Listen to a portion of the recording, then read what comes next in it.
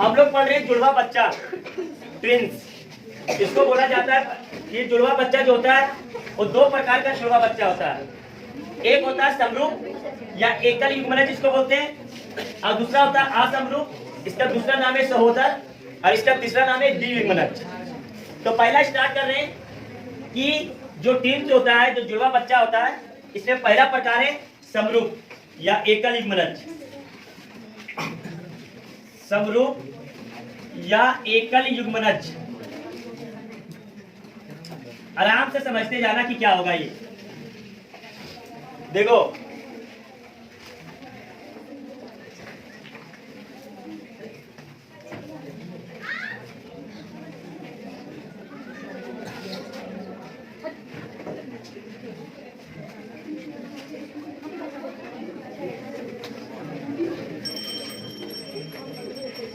आराम से समझते जाओ।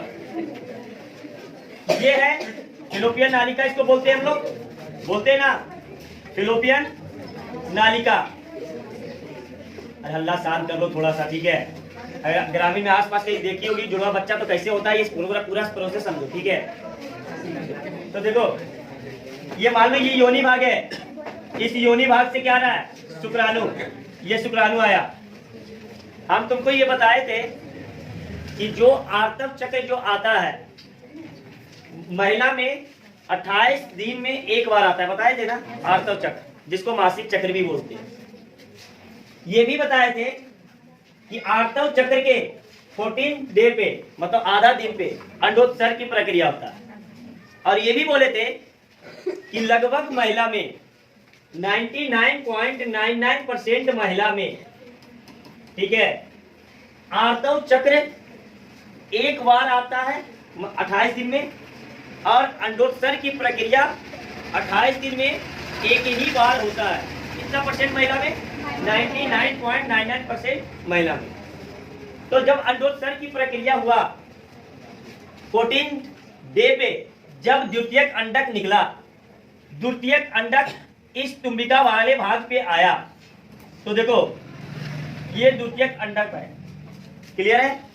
तो ये पहला मंत्र में अगर यहां से निकलेगा ये राइट से, तो दूसरा मंत्र में किससे निकलेगा, लेफ्ट से। मतलब जो अंडाणु जो आ रहा है द्वितीयक अंडक, ये अगर इस मंत्र में, इस मंत्र के अगर 28वां दिन पे अगर राइट पे आया है, तो नेक्स्ट मंथ में किस में आएगा, लेफ्ट में। ये कितने महिला में होता है, लगभग 99.99% महिला में यही देखा गया, क्लियर है। अब क्या होगा, यहां से शुक्राणु आएगा और इसको क्या करेगा, भेद देगा, भेदेगा ना। यहां से शुक्राणु आया, इसको क्या कर दिया, भेद दिया। अब जब भेदेगा तो देखो क्या होगा, ये बनेगा युग्मनज, बनेगा ना। तो अब युग्मनज जो बना, इस महिला के अंडाणु में जो केंद्रक है, आगुनित केंद्रक, वो कैसा है, एक्स। क्या है, एक्स, एक्स है ना। तो एक्स है और भेदा आकर के एक्स, तो ये क्या बन गया, अंडाणु के अंदर जो द्वियुग्मनज बना, कैसा, एक्स और एक्स। इसको हम लोग बोलते हैं युग्मनज। क्या बनता है, युग्मनज। यहां तक बात समझ में आया, भेद दिया तो क्या बन गया, युग्मनज। अगर एक्स आया नर का, तो एक्स तो पहले महिला के पास भी था, उस मादा के पास भी था, एक्स और एक्स दोनों मिल गया क्या, युग्मनज। और ये जो बच्चा होगा, जो आगे विकसित होगा, क्या बनाएगा, क्या बनाएगा, मादा, क्योंकि एक्स एक्स क्या बनाता है, मादा। क्लियर है यहाँ पे। आप ध्यान से समझना, ये युग्मनज जो अभी दो कोशिका से बना हुआ, ये आगे चलकर क्या करता है, समसूत्री, समसूत्री विभाजन। आराम से समझना, यहीं पे कंसेप्ट है, यहीं पे जुड़वा बच्चा का कंसेप्ट आने वाला है। अब ये एक कोशिका से जो दो कोशिका बना, एक कोशिका और ये दो कोशिका, समसूत्री विभाजन है। तो एक्स एक्स है, तो ये भी क्या दे करके जाएगा, एक्स एक्स। क्लियर है। इसको बोलते हैं एक युग्मनज से कितना कोशिका बना, एक कोशिका से कितना, तो इसको हम लोग बोलते हैं कोरक खंड बोलते हैं। क्या बोलते हैं इसको, कोरक खंड। याद रखना कि एक युग्मनज से, मतलब एक कोशिका से समसूत्री विभाजन करता है, और एक से अगर दो का निर्माण किया, तो इसको हम लोग क्या बोलते हैं, कोरक खंड बोलते हैं। अब ध्यान से समझना, जुड़वा बच्चा का कंसेप्ट यहीं पे है। अगर ये दोनों कोशिका जो कोरक खंड कहलाया, ये दोनों अगर चिपका हुआ है, ये दोनों क्या है, अगर चिपका हुआ है कोशिका आपस में, तब तो जो बच्चा का निर्माण होगा वो एक ही बच्चा बनेगा। क्या बोले हम, वो एक ही बच्चा बनेगा।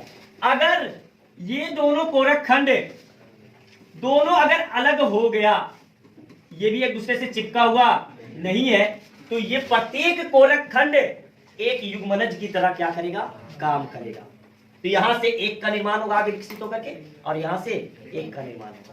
फिर से हम रिपीट कर रहे हैं, आराम से समझ लो। ये युग्मनज था जो एक मादा के अंडाणु में था आगुनित केंद्रक, और एक नर के शुक्राणु में था आगुनित केंद्रक।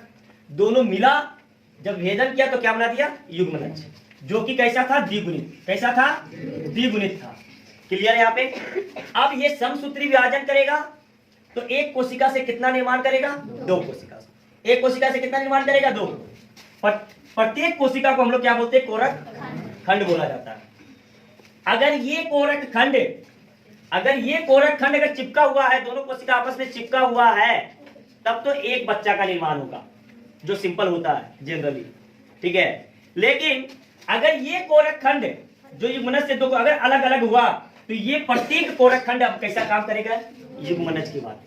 तो ये फिर से युग्मनज बन गया, फिर से ये क्या बन गया, युग्मनज। फिर से इसका क्या होगा, फिर से इसका समसूत्री विभाजन होगा, और समसूत्री विभाजन होगा, फिर 1 से 2 बनेगा, फिर ये भी 1 से 2 बनेगा। इसी प्रकार से आगे क्या होगा। अब जिस मादा में ये जो कोशिका जो बन रहा है, ये आगे चल करके ये एक युग्मनज से एक बच्चा का निर्माण होगा, ये दूसरा एक युग्मनज से दूसरा बच्चा का। कैसे हुआ, केवल एक फर्क के चलते। क्या फर्क था, क्या फर्क था, ये दोनों कोरक खंड आपस में क्या हो गया, अलग हो गया।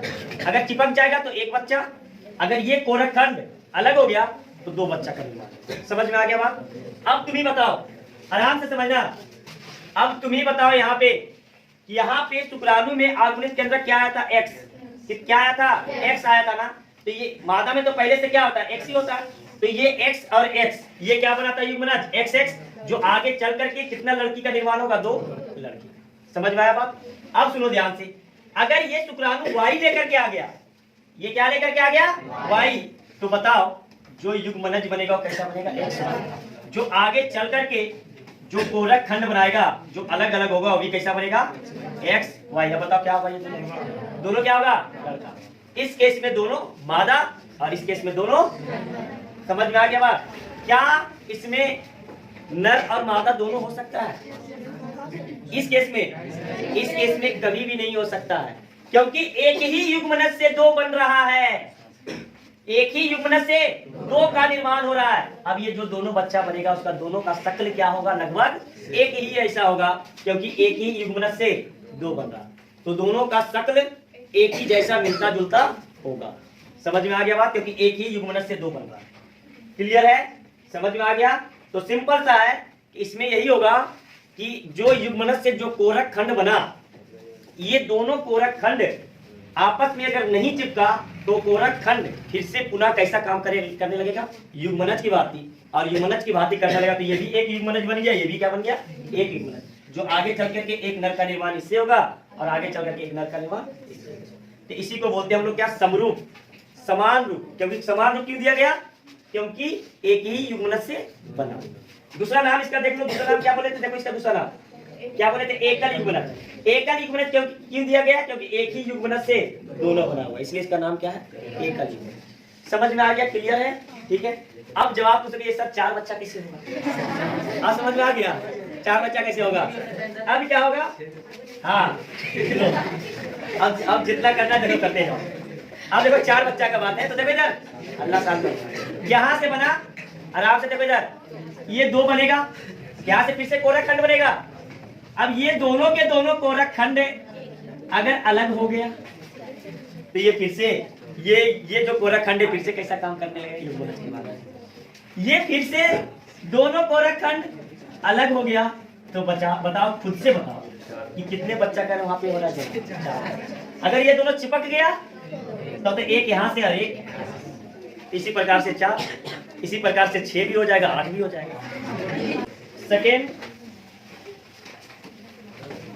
असमरूप। इसको समरूप क्यों दिया गया, क्योंकि एक ही शक्ल का होता है, द्वियुग्मनज। और तीसरा इसका नाम है सहोदर। अब आराम से समझना इसको। अल्लाह शांत करो सब। ये सब टॉपिक इतना बढ़िया टॉपिक है, आदमी को ऐसे भी समझ में आना चाहिए ये सब चीज हो रहा है।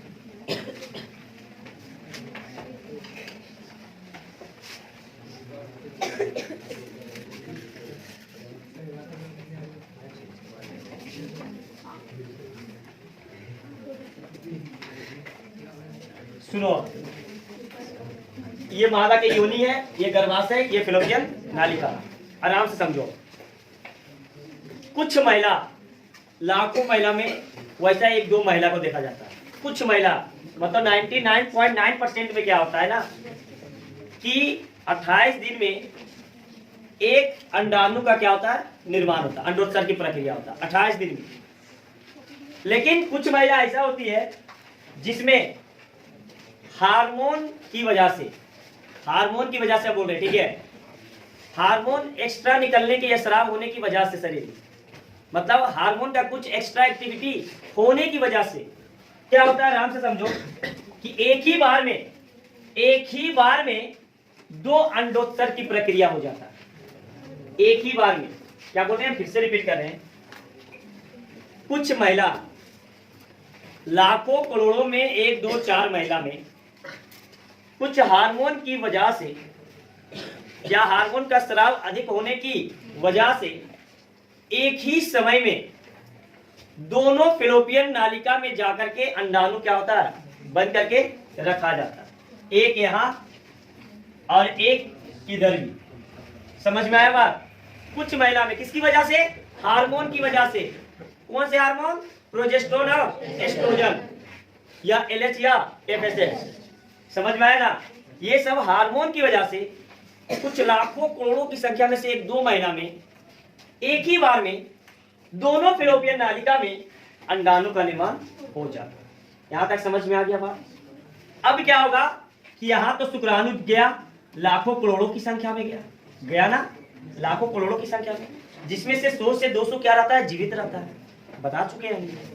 अब सुनो ध्यान से, मान लो कि इस अंडाणु के पास जो अगुणित केंद्रक है, इसके पास भी X है और इसके पास भी क्या है, X। क्लियर? यहां से जो शुक्राणु गया, यहां से भी X गया और यहां से भी X गया। ये जाकर के इसको भेज दिया और ये जाकर के इसको भेज दिया। समझ में आया बात? तो इस केस में जो 2 बच्चा होगा, वो दोनों बच्चा क्या क्या बनेगा, युग्मनज कैसा बनेगा, XX, और ये भी क्या बनेगा, XX। दोनों बच्चा पहला केस में कैसा होगा, मादा होगा ना। इसमें भी बच्चा का निर्माण कैसा होगा, मादा। इसमें भी क्या होगा, मादा। मतलब इस केस में दोनों के दोनों बच्चा कैसा होगा, मादा। क्लियर? समझ में आ गया बात? दूसरा केस ये हो सकता है, यहाँ तो XX फिक्स है, मादा में के अंडाणु में XX क्या है, फिक्स है। अगर मान लो कि यहाँ Y गया, इसमें भी क्या गया, Y, तो ये XY और इसमें भी क्या, XY।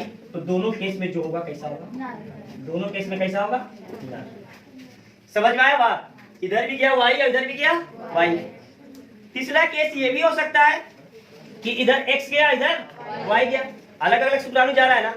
तो इस केस में जो बच्चा बनेगा वो बनेगा एक XX का और एक XY का। इस केस में क्या होगा, जो बच्चा जो पलेगा, एक मादा और एक, 2 शुक्राणु भेज रहा है ना, दोनों शुक्राणु अलग अलग कुछ भी हो सकता है। समझ में आया बात ना? तो इसमें या तो दोनों बच्चा मादा होगी, या तो दोनों बच्चा नर होगा, या तो एक नर और एक मादा, ये भी हो सकता है। लेकिन ये बताओ, खुद से बताओ कि इसमें जो जुड़वा बच्चा का जो निर्माण हो रहा है, क्या दोनों का शक्ल एक ऐसा होगा? नहीं होगा। क्यों नहीं होगा पता है? क्योंकि यहाँ पे 2 अलग अलग शुक्राणु दोनों को क्या कर रहा है, भेज रहा है। यहाँ पे शुक्राणु भी अलग है और अंडाणु भी क्या है, अलग है। मतलब दोनों बच्चा का शक्ल जो है एक दूसरे से मिलेगा नहीं, मतलब अलग अलग होगा। जबकि एक ही गर्भाशय में पलेगा, लेकिन शक्ल क्या होगा, अलग अलग होगा। तो ये बताओ, इसको हम लोग क्या नाम दे सकते हैं? इसको हम लोग नाम क्या दिए, देखो इधर, इसको देखो, पहले हम इसको क्या बोले, असमरूप। असमरूप का मतलब इसका समान रूप नहीं होगा। क्लियर? दूसरा इसको बोले द्वियुग्मनज। द्वियुग्मनज क्यों? क्योंकि दो युग्मनज से बना। एक ये शुक्राणु जाकर के युग्मनज बनाया और एक ये शुक्राणु इसको क्या बनाया? युग्मनज। इसलिए इसको क्या नाम दिया गया? युग्मनज। सहोदर इसलिए बोला गया क्योंकि दोनों का शक्ल क्या है? एक दूसरे से अलग है, लेकिन एक ही गर्भाशय के अंदर पल रहा है, इसलिए इसको क्या नाम दिया गया? सहोदर। समझ में आ गया बात? दोनों केस समझ में आया? क्या क्या बताएं? पहला बताएं थे समरूप। समरूप में क्या था कि जो युग्मनज था, एक युग्मनज से, एक कोशिका से, समरूप का बात कर रहे हैं, एक कोशिका से कितने कोशिका का निर्माण होता है? दो। समसूत्री विभाजन करता कितने कोशिका का? दो। और दोनों कोशिका को हम लोग क्या बोल देते हैं? कोरक खंड। अगर दोनों कोरक खंड आपस में चिपका हुआ है, तब तो सिंपल जो होता है एक बच्चा का निर्माण हुआ, ही बच्चा का निर्माण होगा। लेकिन अगर दोनों के दोनों कोरक खंड एक दूसरे से अलग हो गया, तो जो कोरक खंड वाले जो कोशिका है वो फिर से कैसा गुणधर्म लेकर के आएगा? युग्मनज जैसे। अब वो दो बच्चा युग्मनज का निर्माण फिर से क्या होगा? 2 से 4 कोशिका का निर्माण। इसी तरीके से आगे वृद्धि करते जाएगा। ये युग्मनज एक नया बच्चा का जन्म देगा, ये युग्मनज एक नया बच्चा का। तो दोनों का शक्ल एक ही ऐसा होगा। क्यों होगा? क्योंकि दोनों एक ही युग्मनज से बना। लेकिन इस केस में क्या हुआ कि ये बहुत कम केस में देखा जाता है, बहुत कम केस में, क्योंकि इसमें हार्मोन का ऐसा एक्टिविटी रहता है कि एक ही बार में 2 अंडोत्सर्ग की प्रक्रिया होता है। समझ में आया कि नहीं? मतलब 2 अंडाणु निकलता है और दोनों अंडाणु एक ही समय पे जाना चाहिए। कहां पे? फिलोपियन नालिका पे। इतना सोचो कि ये लाखों करोड़ों में 1-2 केस देखा जाता है। जुड़वा बच्चा तो देखा जाता है, लेकिन ये केस बहुत रेयर केस में देखा जाएगा। ये बताए थे ये किसकी कारण से होता है? हार्मोन की वजह से। कोई वैसा शरीर में, महिला के शरीर में, मादा के शरीर में हार्मोन ज्यादा से ज्यादा स्रावित होने लगा, अंडाणु जल्दी से जल्दी क्या होगा? बाहर निकलना चाहेगा। सिंपल सा बात है। तो ये 2 अलग अलग होगा, 2 अलग अलग शुक्राणु उसको भेजेगा। तो पहला में दोनों मादा बन सकता है, या तो दोनों नर, या तो एक मादा एक तो नर, और सबका शक्ल क्या होगा? अलग अलग। क्लियर है? इसी को हम लोग क्या बोलते हैं? समरूप, द्वियुग्मनज या सहोदर।